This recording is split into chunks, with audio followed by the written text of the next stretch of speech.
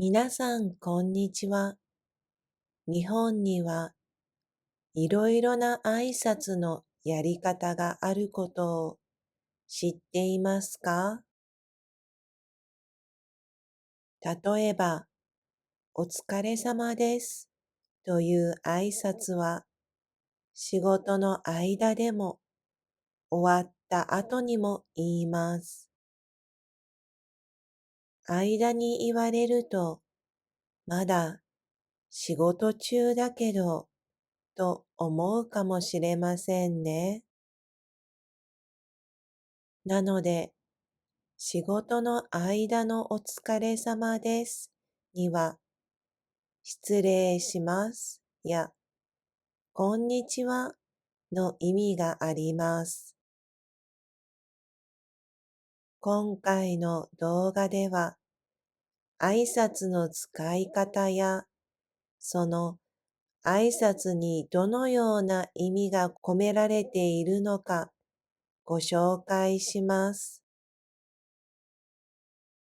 毎日の挨拶。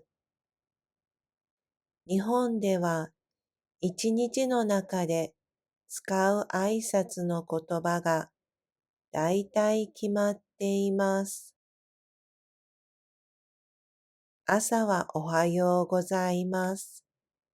昼はこんにちは。夜はこんばんはと言います。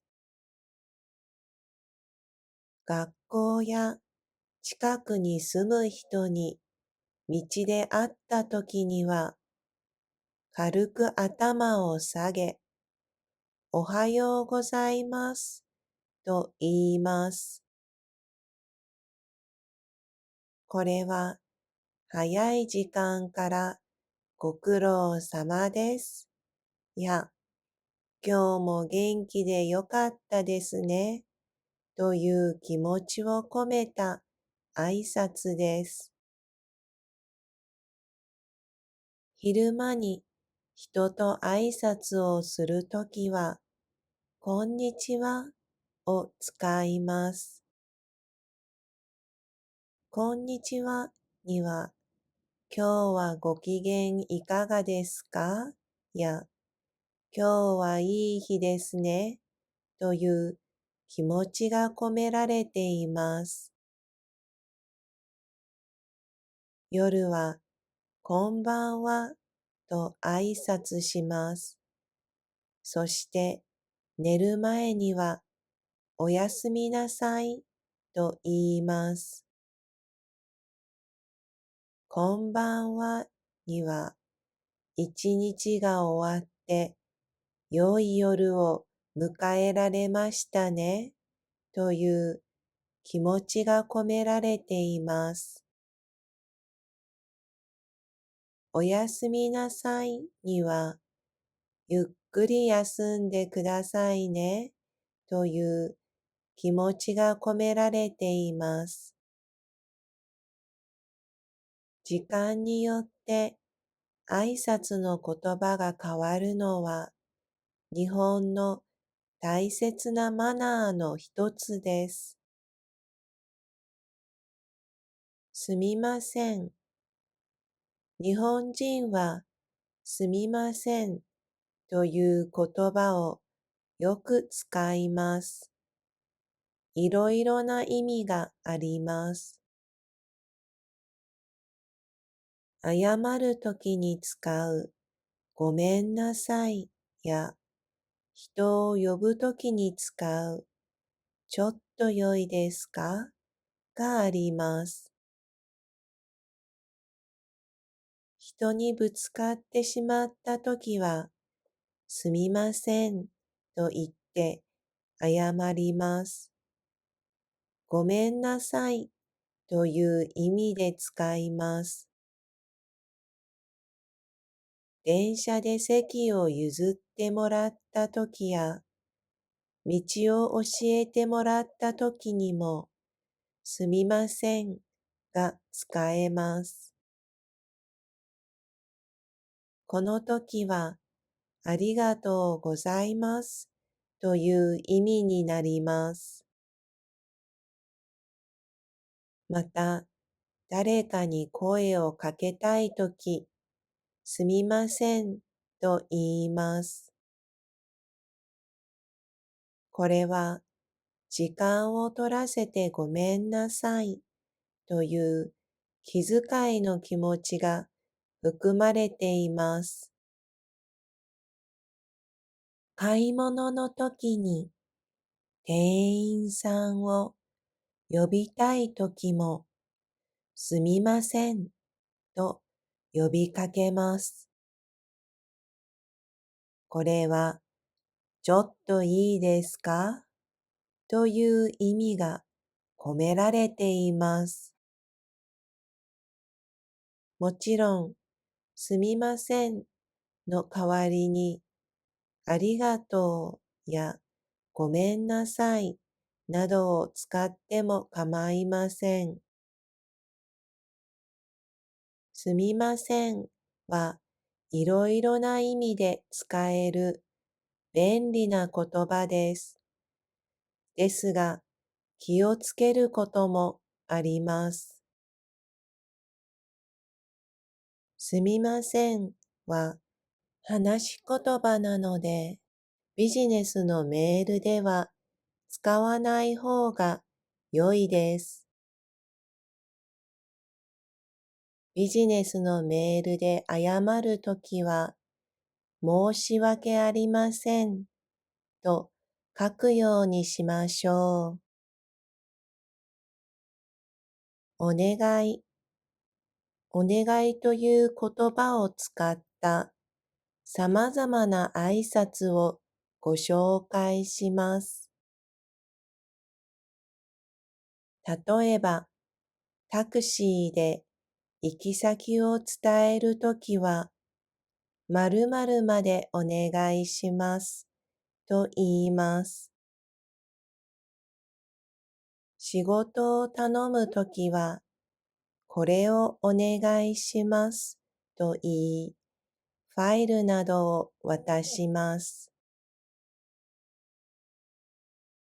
人に何かしてもらいたいときに、お願いしますを使うと、丁寧で優しい感じになります。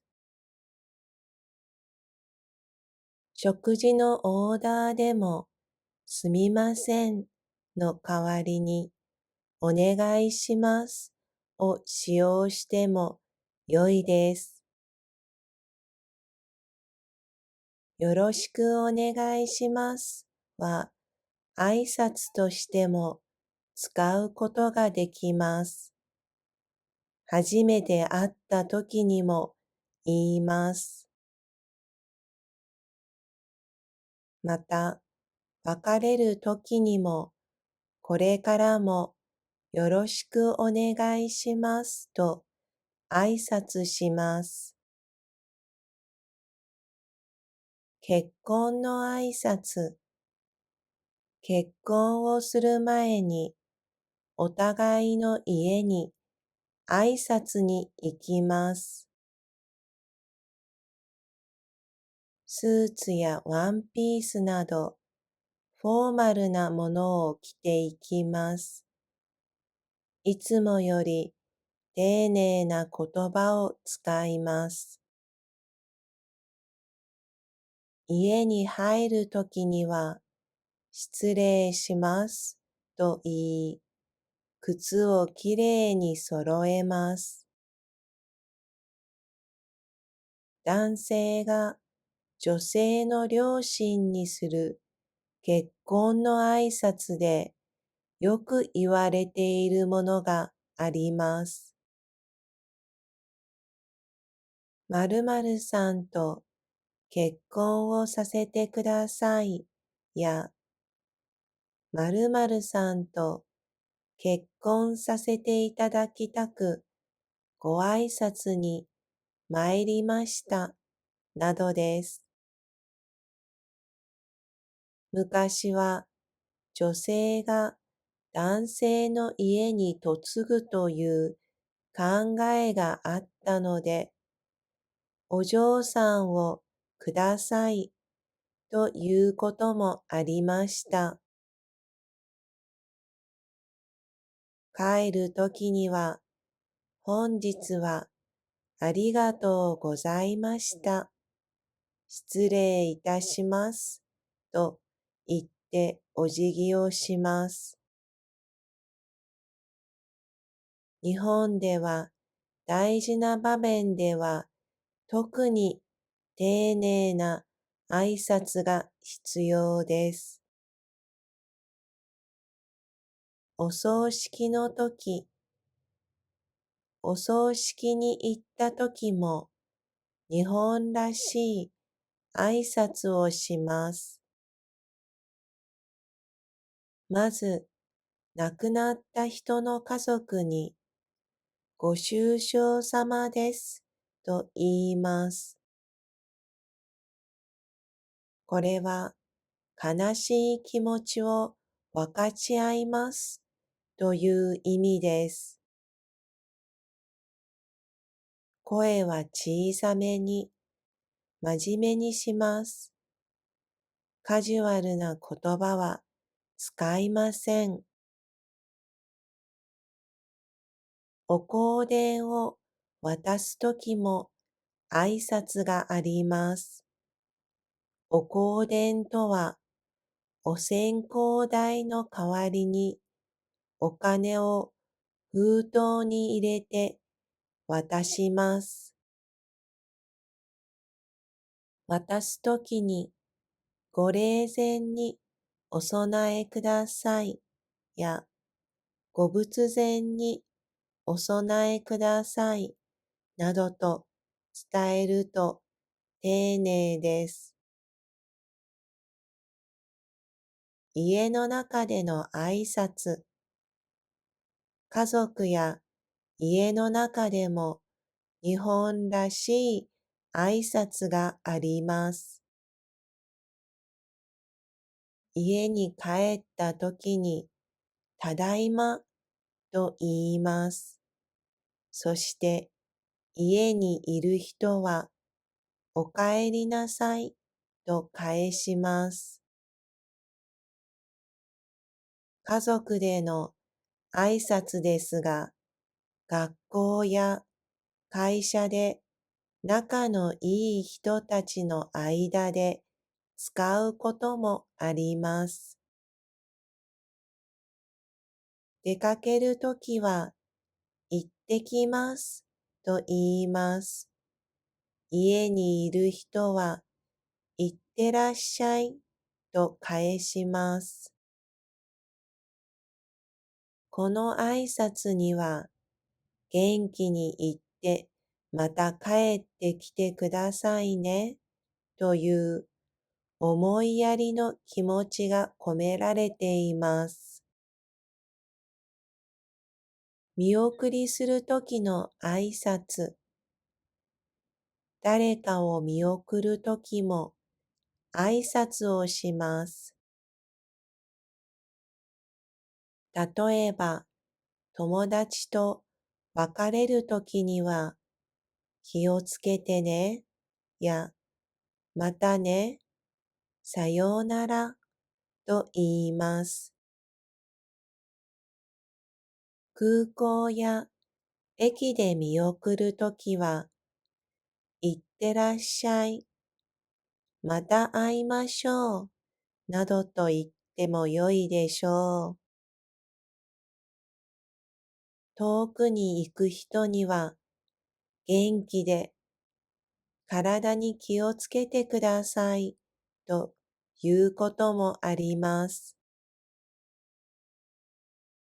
電話での挨拶、電話をかけたときには、もしもし、と話し始めます。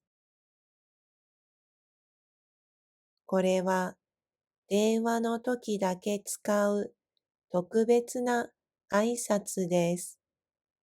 もしもし、〇〇です。と名前を言います。これは、これから申し上げますという意味が込められています。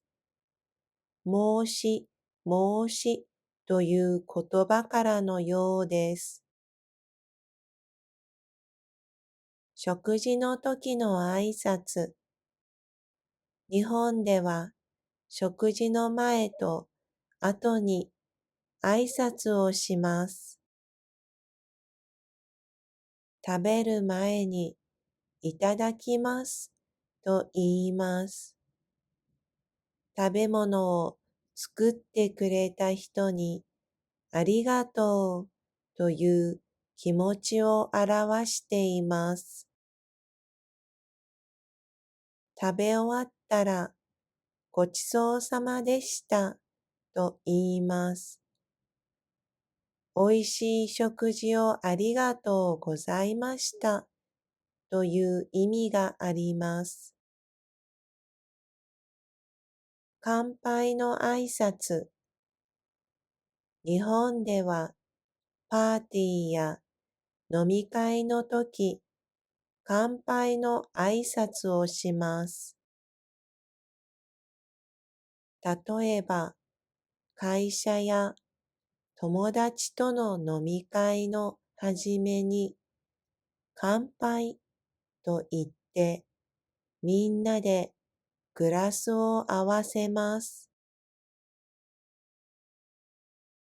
一言加える人もいます。例えば、これからもよろしく、乾杯などと言います。また、飲み物が入っていないグラスでは乾杯しないようにしましょう。年上の人と乾杯するときは、相手のグラスより自分のグラスを低くすると丁寧です。ビジネスでお客様との挨拶。日本の職場でも挨拶がとても大切です。会社にお客様が来たときは、ご足労いただき、ありがとうございます、などと言います。会社に来てもらったり、話をする時間をもらえたことにお礼を込めて、そのように言います。相手の会社に行ったときは、〇〇様との約束で来社いたしましたと挨拶します。仕事の話が終わった後には、ありがとうございます。失礼いたします。と言って帰ります。誕生日の挨拶。お誕生日おめでとうございますと言い、誕生日を祝います。おめでとうや素敵な一年になりますようにとメッセージを送ることもあります。プレゼントを渡すときには、気に入ってくれると嬉しいですと言うと優しい感じになります。近所に住む人との挨拶。近くに住む人と会ったら挨拶をすると良いでしょう。例えば、アパートの廊下で人に会ったら軽くお辞儀して、こんにちはやこんばんはと挨拶します。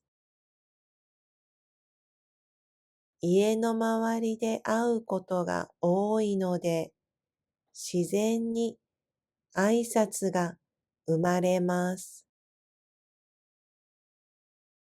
また、引っ越してきたときは、近所の家に、はじめまして、引っ越してきましたと挨拶に行く人もいます。この習慣は少しずつ少なくなってきていますが、今でも地域によっては大切にされています。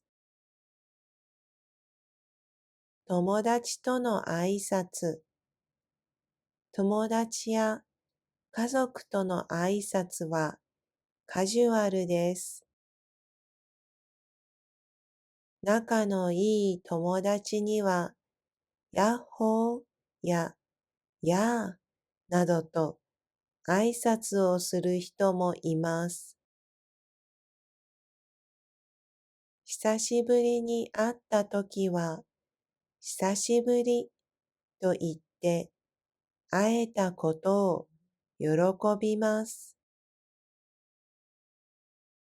また、別れるときも、じゃあね、またね、バイバイなどいろいろな言い方があります。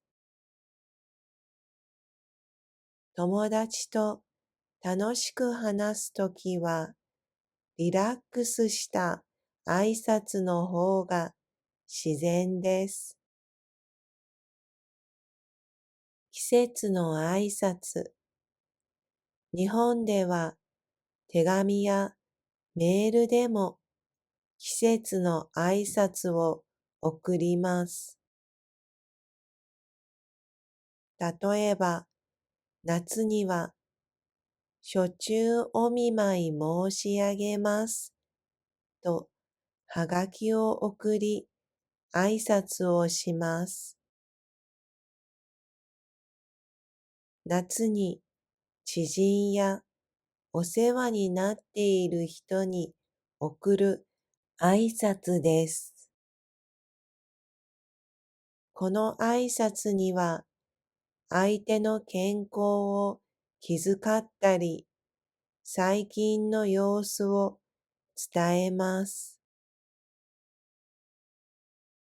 冬には寒中お見舞い申し上げますという挨拶のはがきを送ることもあります。一年の最後にも挨拶をします。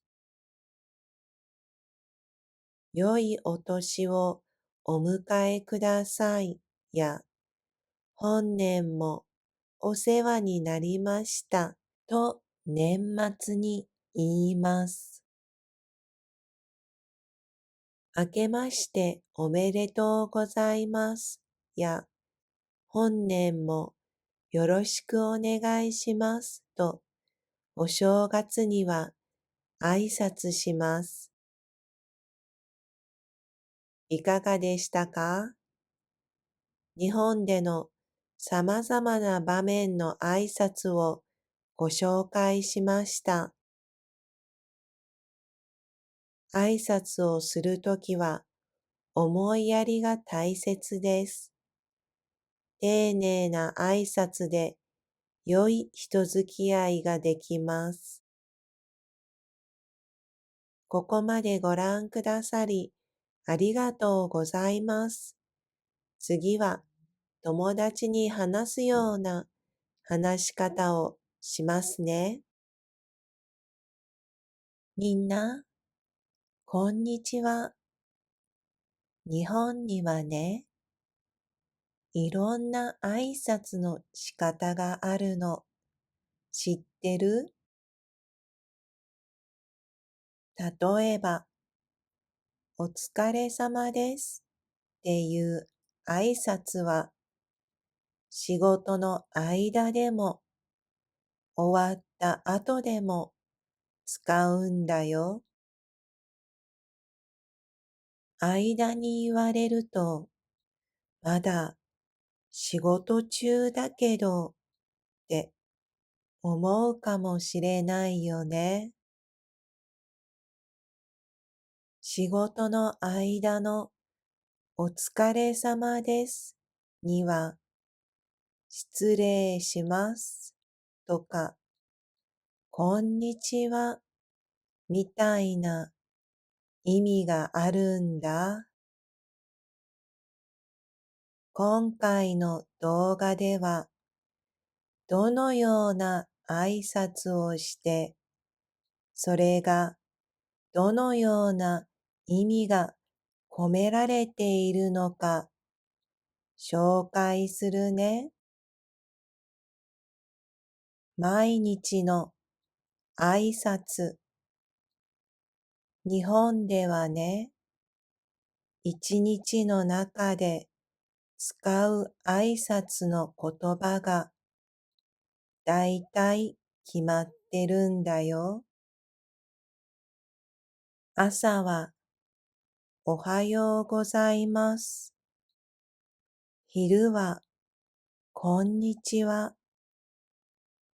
夜はこんばんはっていうの。学校や近くに住む人に道で会った時には軽く頭を下げておはようございますって挨拶。早い時間からご苦労様ですとか今日も元気でよかったですねっていう気持ちが込められてるんだ。昼間から夕方の前までに人と挨拶するときは、こんにちはを使うよ。こんにちはには、今日はご機嫌いかがですかや、今日はいい日ですねという気持ちが込められてるよ。夜はこんばんはで挨拶するね。それから寝る前にはおやすみなさいって言うよ。こんばんはには一日が終わって良い夜を迎えられましたねっていう気持ちが込められてるんだ。おやすみなさいにはゆっくり休んでくださいねっていう優しい気持ちが入ってるんだよ。時間によって挨拶の言葉が変わるっていうのは日本の大切なマナーの一つ。すみません。日本人ってよくすみませんって使うんだよね。いろんな意味があるよ。謝るときにはごめんねって意味で使うし、人を呼び止めるときにはちょっといいですかって意味でも、人にぶつかっちゃったときにはすみませんって言って謝るよね。この時はごめんねっていう意味。電車で席を譲ってもらった時とか、道を教えてもらった時にもすみませんって言ったりするよね。この時は、ありがとうございますっていう意味で使ってるの。誰かに声をかけたい時にも、すみませんって言うよ。これは、時間を取らせてごめんなさいっていう気遣いの気持ちが込められてるんだ。買い物で店員さんを呼びたいときも、すみませんって声をかけるよ。この時は、ちょっといいですかっていう意味があるんだ。すみませんの代わりに、ありがとうとか、ごめんなさいみたいな言葉を使ってもいいよ。すみませんっていろんな意味で使えるからとっても便利。でも気をつけたいこともあるの。すみませんは話し言葉だからビジネスのメールではあんまり使わない方がいいんだ。ビジネスのメールで謝るときは、申し訳ありませんって書くようにしようね。お願い、お願いっていう言葉が入ってるいろんな挨拶もあるよ。例えば、タクシーに乗って行きたいところを伝えるときには、〇〇までお願いしますっていう。仕事を頼むときには、これをお願いしますって言いながら、ファイルとかを渡すんだ。人に何かをしてもらいたいときに、お願いしますを使うと、丁寧で優しい感じになるよ。レストランで注文するときにも、すみませんの代わりに、お願いしますを使ってもいいよ。よろしくお願いしますは挨拶としても使えるよ。初めて会った時にもいいよね。それから別れる時にもこれからもよろしくお願いしますって挨拶してもいいよ。結婚の挨拶。結婚する前にお互いの家に挨拶に行くのが普通なんだよね。服もスーツとかワンピースとかフォーマルなものを着るよ。いつもより丁寧な言葉を使うんだ。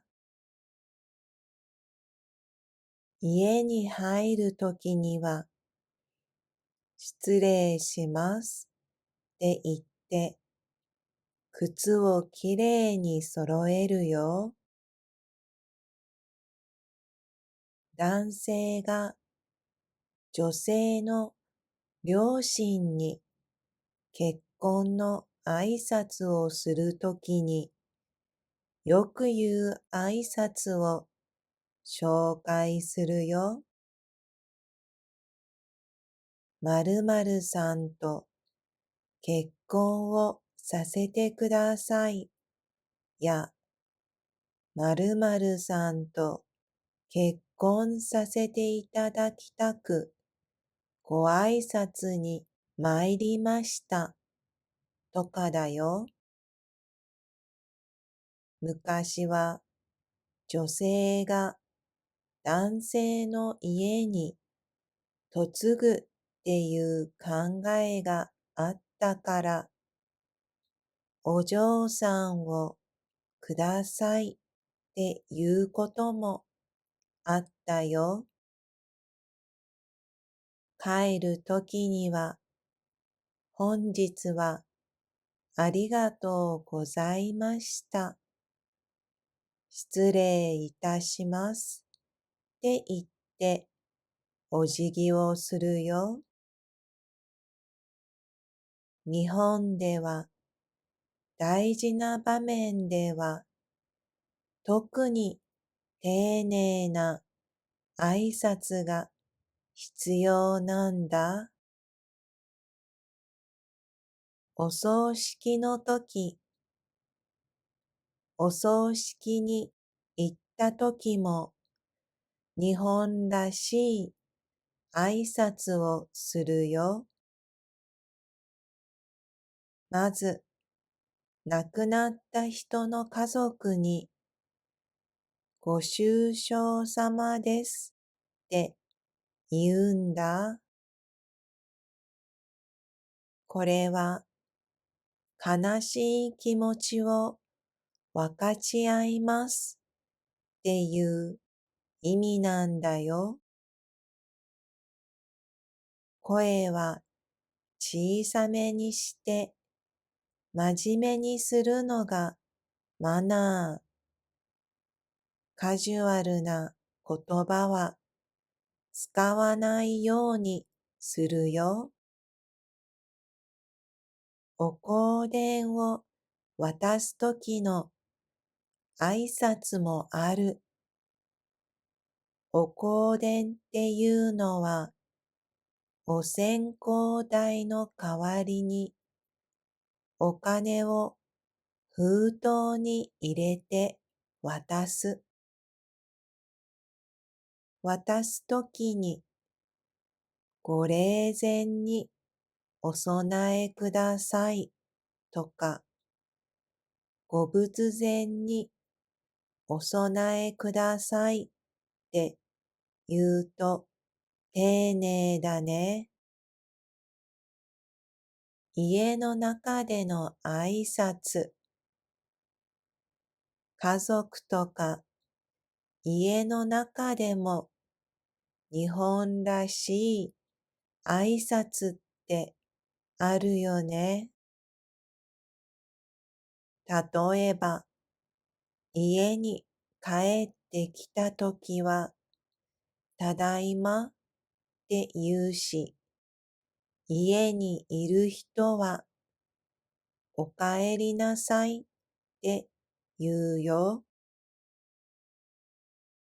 これは家族の挨拶だけど、学校とか会社でも仲のいい人たちの間でも使うこともあるよ。出かけるときは、行ってきますって言って、家にいる人は、行ってらっしゃいって返すね。この挨拶には、元気に行って、また帰ってきてねっていう思いやりの気持ちがこもってるんだ。見送りするときの挨拶。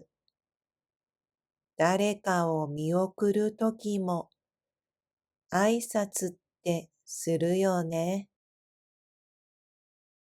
例えば、友達と別れるときには気をつけてねとか、またね、さよならって言うかな。空港や駅で見送るときは、いってらっしゃい、また会いましょうって言ってもいいよね。それから遠くに行く人には元気で体に気をつけてくださいって言ったりすることもあるよ。電話での挨拶。電話をかけたときって、もしもしって話し始めるよね。電話の時だけに使う挨拶。もしもし、〇〇ですって名前を言うね。これから話しますよって意味が込められてるんだって。元の言葉は申し、申しらしいよ。食事の時の挨拶。日本では食事の前と後に挨拶をする。食べる前にはいただきますって言う。食べ物を作ってくれた人にありがとうっていう気持ちを表してるんだ。食べ終わったらごちそうさまでしたって言うよ。おいしい食事をありがとうございましたっていう意味だよ。乾杯の挨拶。飲み会やパーティーの時は乾杯の挨拶があるよね。例えば、会社や友達との飲み会の始めに乾杯って言ってみんなでグラスを合わせるよ。乾杯の前に一言言う人もいる。例えば、これからもよろしく。乾杯って感じ。また、飲み物が入ってないグラスで乾杯しない方がいいよ。年上の人と乾杯するときは自分のグラスをちょっとだけ下にすると丁寧だよ。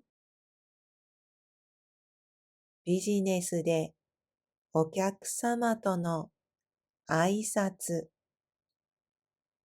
日本の職場でも挨拶ってすごく大事。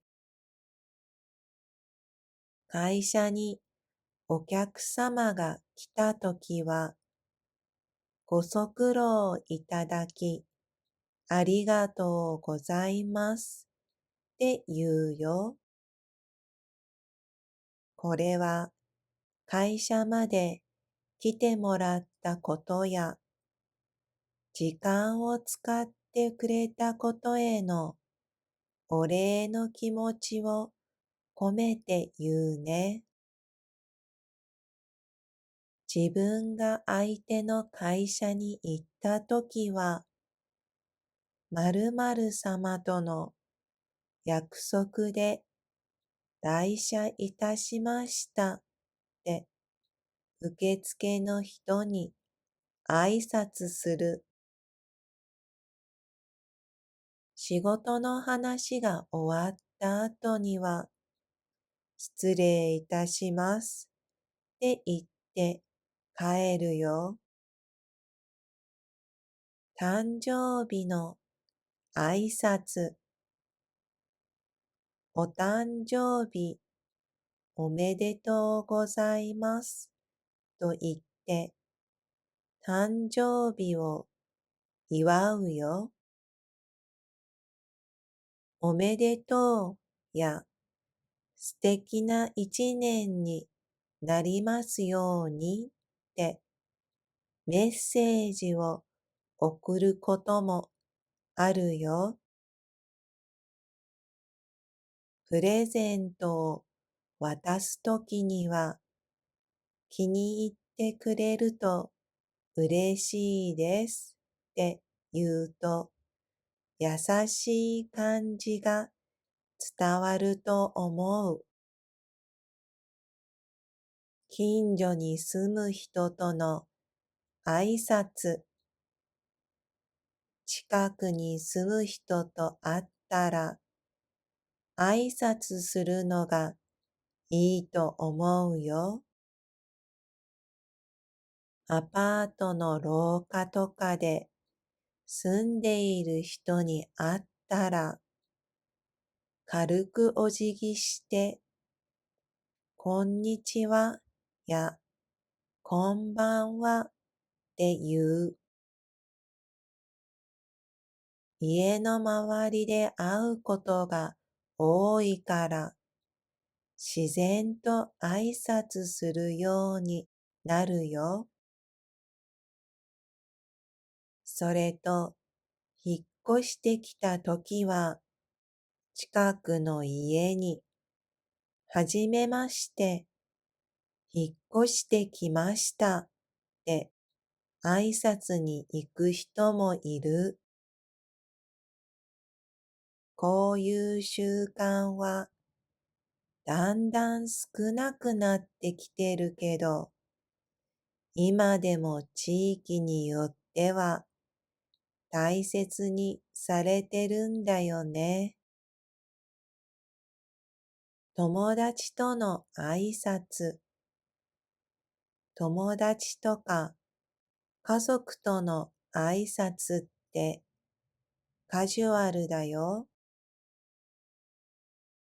仲のいい友達には、やっほーとか、やーって挨拶する人もいるよ。